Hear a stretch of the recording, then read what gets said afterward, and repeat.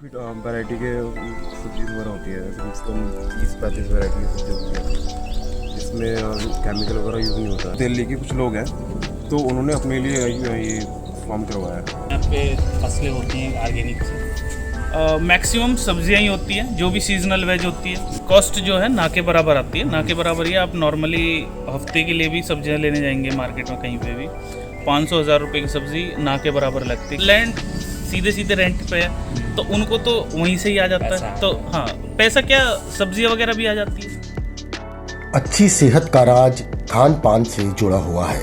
आप क्या खाते हैं इसका सीधा असर आपके स्वास्थ्य पर पड़ता है। लोग भी वही खाना ज्यादा पसंद कर रहे हैं जो उनके स्वास्थ्य और जीवन के लिए बेहतर है। लोग बाजारू कीटनाशकों और फर्टिलाइजर के इस्तेमाल वाली रंग बिरंगी फल सब्जियों से दूरी बना रहे हैं। प्राकृतिक और जैविक खेती से उपजी सब्जियां उन्हें ज्यादा पसंद आ रही हैं। ग्रेटर नोएडा का भनोटा गांव ऑर्गेनिक खेती के लिए एक बड़े हब के रूप में उभरा है। यहाँ ऑर्गेनिक खेती कैसे हो रही है, इसे कौन कर रहा है और यहाँ उगाई गई सब्जियां लोगों तक कैसे पहुंच रही हैं, यह जानने के लिए इंडिया अड्डा की टीम भनोटा गांव पहुंची। यहाँ ऑर्गेनिक खेती करने वाले लोगों से बातचीत में कुछ दिलचस्प बातें भी सामने आई। ये यहाँ पे खेती आप खुद करते हैं कि ये आप ही का है कि किसी और का? ये सर फार्म तो सर हम ही करते हैं, यहाँ पे खेती वगैरह भी हम ही करते हैं, बट जो सब्जी वगैरह जाती है वो किसी और के पास जाती है और ना वो कहीं मार्केट वगैरह में सेल वगैरह करते हैं। वो खाली अपने लिए खाने के लिए, बस खाली पर्पज से, पर्सनल यूज़ के लिए। पर्सनली यूज़ के लिए। आप वो पहुँचाते हैं आपकी वो आप नहीं, उनके हर वीकेंड पे उनके ड्राइवर वगैरह आ जाते हैं यहाँ पे, तो वो लेके जाते हैं यहाँ से। तो केवल सब्जियाँ उगाते हैं आप? जी। कौन कौन सी ऑर्गेनिक खेती हो रही है? सर यहाँ बेसिकली सर काफ़ी वैरायटी के सब्जी वगैरह होती है, जैसे कम से कम 30-35 वैरायटी की सब्जी होती है जिसमें केमिकल वगैरह यूज़ नहीं होता है। इसमें ऑर्गेनिक खाद वगैरह हो गए, तो यही चीज़ें यूज़ होती है। ये खाद में क्या क्या है? ये सर जो गाय का खाद होता है ना, गाय का वो गोबर होता है, उसका होता है ये। कुछ और भी मिलाया जाता है इसमें? नहीं सर, उसका खाद ही होता है। ये हर 6 महीने में, साल में खेत में डाला जाता है हमारे इसमें। तो ना ही इसमें कोई दवाई वगैरह, कोई वैसा केमिकल वगैरह यूज़ होता है। तो क्या क्या उगाते हैं आप? सर ऐसे तो सर काफ़ी सारी वैरायटी वगैरह है इसमें सलाद वगैरह भी मिलेंगे आपको सर, जो उसमें नूडल्स वगैरह में यूज़ होती हैं, चाइनीज़ वगैरह काफ़ी वो वैरायटी। ये जो रेड फूल जो ये दिख रहे हैं ये क्या है? तो ये तो सर फ्लावर्स है नॉर्मली, ये ऐसे ही काफ़ी सारे यहाँ पे खेतों में। अच्छा जी। तो ये केवल अपना इस्तेमाल करते हैं आप लोग कि कहीं बेचते भी हैं? ये सर बेचते नहीं है, ये जो दिल्ली के कुछ लोग हैं तो उन्होंने अपने लिए ये फार्म करवाया है। खेड़ी बनोता में आजकल ये ऑर्गेनिक फार्मिंग का प्रचलन कैसे शुरू हुआ? ये हम तो कुछ जानते नहीं थे ऑर्गेनिक फार्मिंग के बारे में। हमारे यार दोस्त हैं, मिलने वाले हैं। ये एरिया ऐसा है, सोसाइटी फ्री एरिया है, यहाँ कोई इतनी ज़्यादा सोसाइटीज़ नहीं है। तो यहाँ पे लैंड फ्री था कि हमें ऑर्गेनिक फार्मिंग करनी है, तो उनके थ्रू हमें पता चला कि हाँ ऑर्गेनिक फार्मिंग क्या कॉन्सेप्ट है, क्या है। हमने भी ट्राई किया, हमें चीज़ें समझ आई, स्वस्थ रहने लगे। जैसे जैसे लोगों को देखते थे कि हाँ बिगर खाद के, बिगर चीज़ों के ऑर्गेनिक फार्मिंग करके, जो हमारा पहले से भी कल्चर था ये कि पहले भी गाय का गोबर डाल के ये सब करके, लेकिन वो कुछ और भी जैसे गुड़ वुड़ डाल के वो करते थे ऑर्गेनिक फार्मिंग में। उनका एक अलग मतलब तरीका था, अलग इंग्रेडिएंट्स थे उनके खाद बनाने के तरीके में। तो वो अपनाया, उसे करने के बाद चीज़ों में बदलाव आया, तो ये धीरे धीरे रमते चले गए चीज़ के साथ और उसके यूज टू हो गए।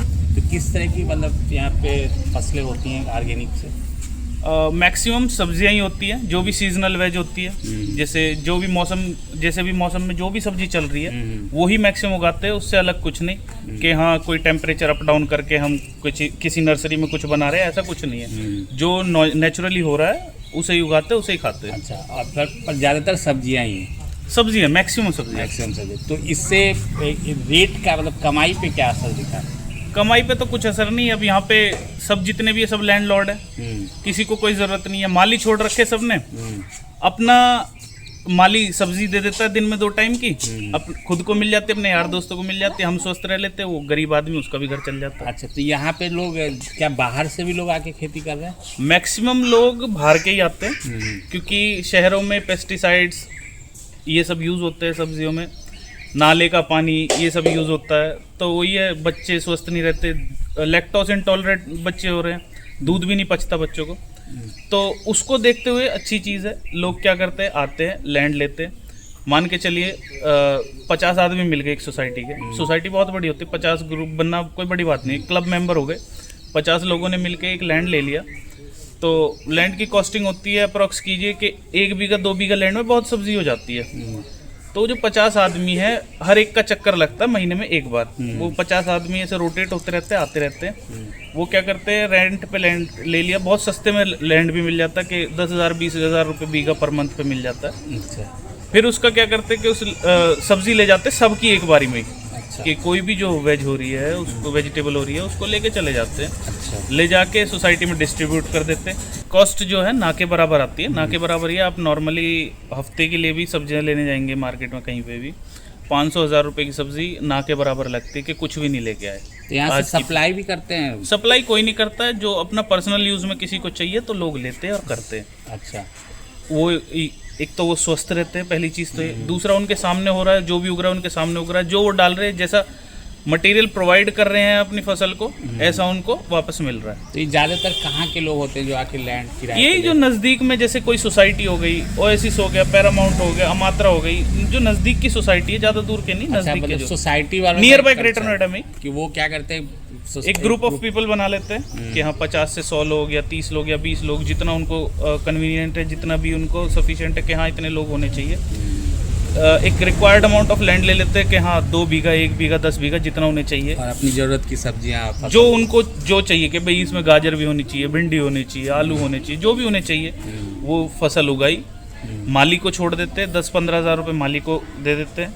अब ये मान के चलिए कि अगर 50 लोग मिलके करते हैं और एक माली छोड़ दिया उन्होंने, 2 माली छोड़ दिए, 20,000 रुपये हो गए। तो कुछ भी नहीं, वही 400 रुपये पर हेड आएगा, कुछ भी नहीं है। 400 रुपये आप माली को दोगे एक महीने का, प्लस 400-500 रुपये आपका लैंड का जाएगा, आपका खर्चा ही क्या है। और जो यहाँ के लोकल हैं वो भी ऐसा कर रहे हैं? लोकलों को ज़रूरत नहीं पड़ती, उनके तो लैंड सीधे सीधे रेंट पे है, तो उनको तो वहीं से ही आ जाता पैसा है। आ तो हाँ, पैसा क्या, सब्जियाँ वगैरह भी आ जाती है, क्योंकि वेस्टेज ही जाएगी, इतनी सब्जियाँ तो कोई लेके नहीं जाएगा। हाँ हाँ जी।